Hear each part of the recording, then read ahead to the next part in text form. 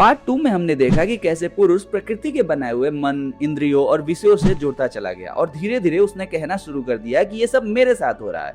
और यहीं से जन्म हुआ मनुष्य के सबसे पुराने साथी का, दुख का। सांख्य दर्शन कहता है कि इस संसार में 3 प्रकार के दुख होते हैं। पहला आध्यात्मिक दुख, यानी कि शरीर की बीमारी, मन की बेचैनी, डर, चिंता, अकेलापन वगैरह।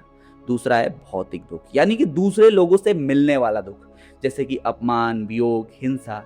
और तीसरा है दैविक दुख, यानी कि वो दुख जो तुम्हारे नियंत्रण से परे है, जैसे कि प्राकृतिक आपदाएं, परिस्थितियां, जन्म की स्थिति, समय का खेल और वो सब कुछ जिस पे तुम्हारा कोई कंट्रोल नहीं। लेकिन सांख्य दर्शन एक बहुत ही गहरी बात कहता है, इनमें से कोई भी दुख तुम्हारी असली समस्या है ही नहीं।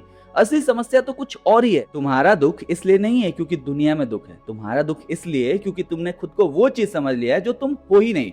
तुमने शरीर को मैं कह दिया, मन को मैं कह दिया, विचारों को मैं कह दिया, और यहीं से शुरू हुआ बंधन का पूरा खेल। जब शरीर को चोट लगती है तुम कहते हो मुझे चोट लगी है, जब मन दुखी होता है तुम कहते हो मैं दुखी हूँ। लेकिन सांख्य पूछता है कि अगर तुम शरीर नहीं, मन नहीं, विचार नहीं, तो फिर दुख आखिर किसको हो रहा है?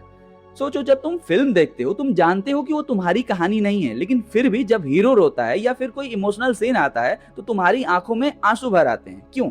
क्योंकि कुछ देर के लिए तुम भूल जाते हो कि तुम दर्शक हो। सांख्य कहता है कि यही तुम्हारे साथ भी हुआ है। पुरुष कभी बंधा ही नहीं था, उसने बस खुद को प्रकृति समझ लिया है और प्रकृति के दुखों को ही अपना दुख मान लिया है। सांख्य कहता है कि तुम्हें आजाद होने की जरूरत ही नहीं है क्योंकि तुम कभी बंधे ही नहीं थे। तो फिर मोक्ष क्या है? क्या दुनिया को छोड़ देना? नहीं। क्या इच्छाओं को मार देना? नहीं। क्या शरीर को त्याग देना? नहीं।